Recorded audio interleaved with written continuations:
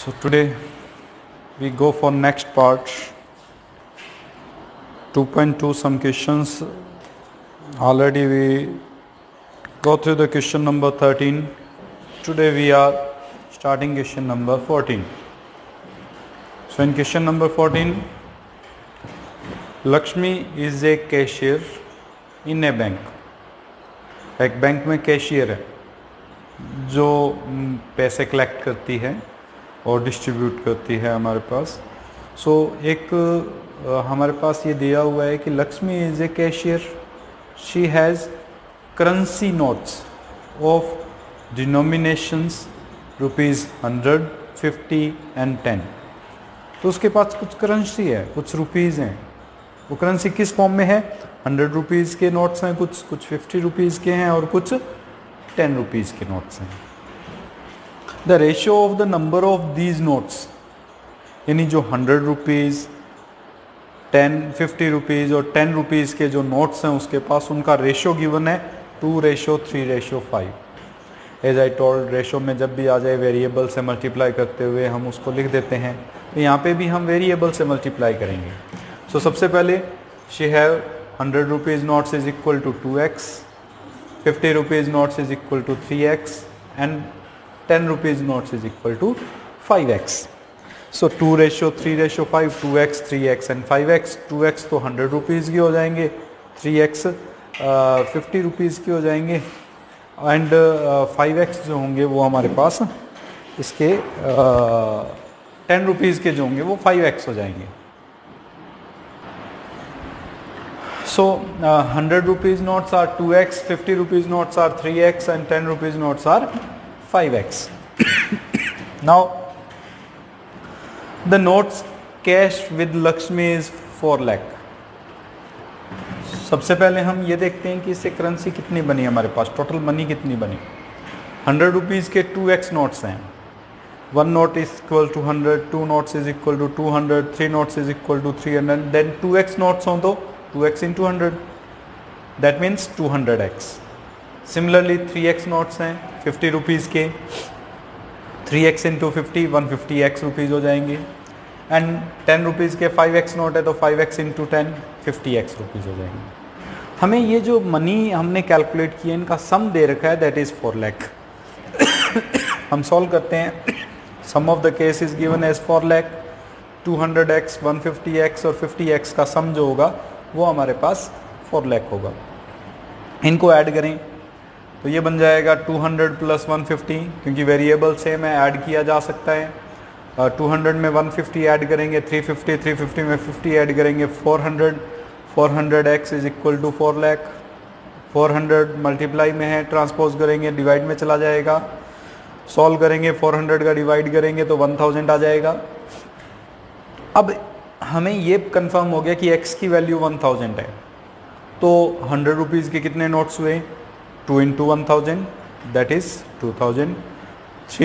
50 rupees के 3 into 1000, 3000 and 10 rupees के 5 into 1000, 5000. So she have 2000 notes of 100 rupees, 3000 notes of 50 rupees and 5000 notes of 10 rupees.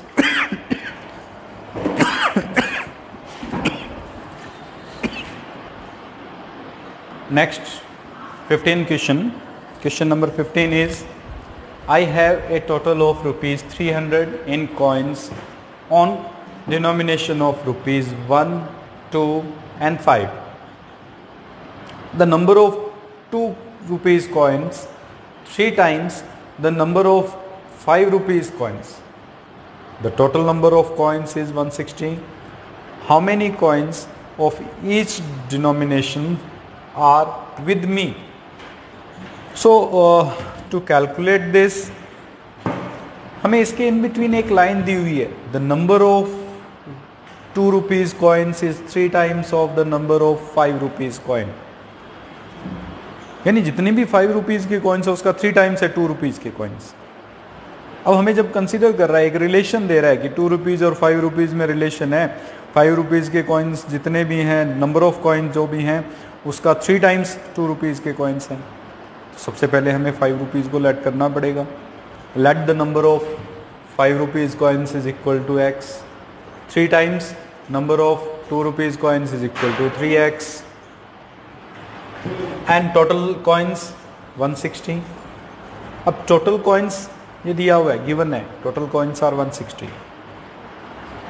5 rupees के coins x हैं, 2 rupees के coins 3x हैं, 1 rupees के coins remaining बचे हैं, टोटल 160 दे रखा है. इसका मतलब 1 रुपीज़ के कॉइन्स कितने बचेंगे हमारे पास? Remaining parts are 160 minus number of coins of 5 rupees minus number of coins of 2 rupees, यानी minus x minus 3x. The remaining money is 160 minus 4x, because variable same है, दोनों को ऐड करते हुए 4x लिखा जा सकता है. Amount in 5 rupees coin, 1 coin का 5 रुपीज़ है, 2 कॉइन्स का 10 रुपीज़, यानी मल्टीप्लाई करते जा रहे हैं. x कॉइन्स हैं, सो अमाउंट कितनी हुई? 5x. 2 रुपीज़ कॉइन्स की 2 into 3x that is 6x. 1 rupees coins की 1 इंटू 160 माइनस 4x, यानी 160 minus 4x. Total amount 300 given है. I have total of 300 in coins. So according to the question, total amount means sum of the these amounts. 5 rupees coins से हमारे पास 5x है, 2 rupees coins से 6x है, and ये हमारे पास rupees हैं, 5x rupees, 6x rupees and 160 minus 4x rupees.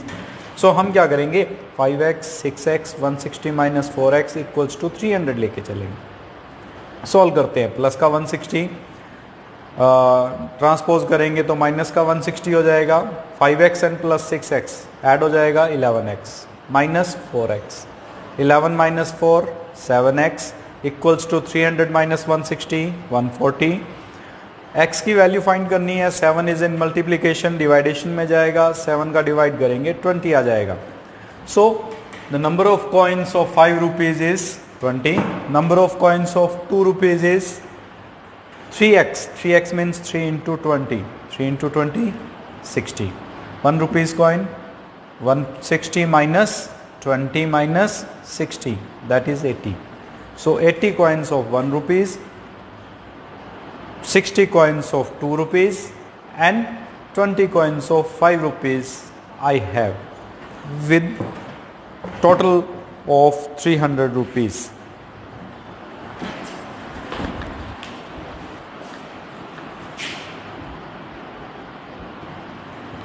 Last question of exercise 2.2, question number 16. So it is, the organizer of an essay competition decided that a winner in the competition gets a prize of ₹100. यानी एक हमारे पास कोई भी organiser है जो ऐसे competition करवा रहा है और उसे ऐसे कंपटीशन में प्राइज़ जो रखा हुआ है, winner gets 100 rupees and who don't win they also get the prize of 25 rupees. Participants who does not win gets a prize of ₹25. The total prizes money distributed is 3000, यानी जितना भी हमारे पास total होगा वो 3000 के मनी को उसको ने डिस्ट्रीब्यूट करना है. Find the number of winners, कितने विनर्स उसने सेलेक्ट करने हैं, वो हमें नंबर्स कैलकुलेट करने हैं. If the total number of participant is 63, यानी जो पार्टिसिपेट कर रहे हैं वो 63 हैं, उसमें विनर भी हैं और उसमें डोंट विनर भी हैं. जो विन नहीं कर पाए हैं, डू नॉट विनर, जो पार्टिसिपेंट्स हैं ओनली, वो भी हैं. तो लेट करके चलते हैं अपने. Let the number of winners is equal to x. Total number of participants are 63. The number of participants who does not win is 63 minus x. One winner gets the prize 100 rupees, then x winners get the prize 100 into x, and who don't win gets the prize 25 rupees, then 63 minus x persons get the prize 63 minus x into 25. Solve it. 100x plus the sum of these two numbers. The sum of these two numbers is equal to 3000. It's given 3000 price जो है वो distribute करने हमें. सो 100x 25 distributive property apply करेंगे. 25 is distributed with 63, 25 is distributed with x. 63 into 25 minus x into 25 equals to 3000. Solve करते हैं.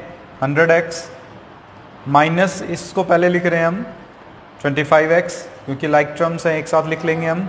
And 63 को 25 से मल्टीप्लाई कर लेते हैं, 1575 1575 equals to 3000।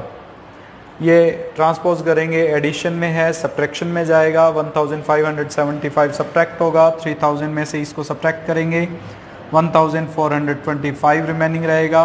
75 into x is equal to 1425। हमें x की वैल्यू फाइंड करनी है। 75 इज इन मल्टीप्लिकेशन, डिवाइड में जाएगा, डिवाइड में जाएगा तो 19 पर डिवाइड होगा, डिवाइडेशन आपको आता है, ट्राई कर लेना। So number of winners are 19। That is our question number 16। There is one doubt from one child, example number 6 और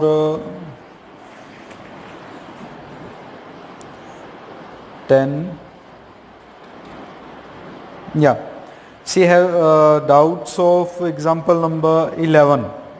So I will complete this example now.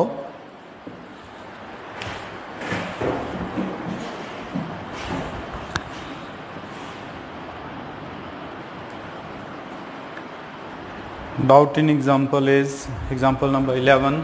Deveshi has a total of 590 rupees.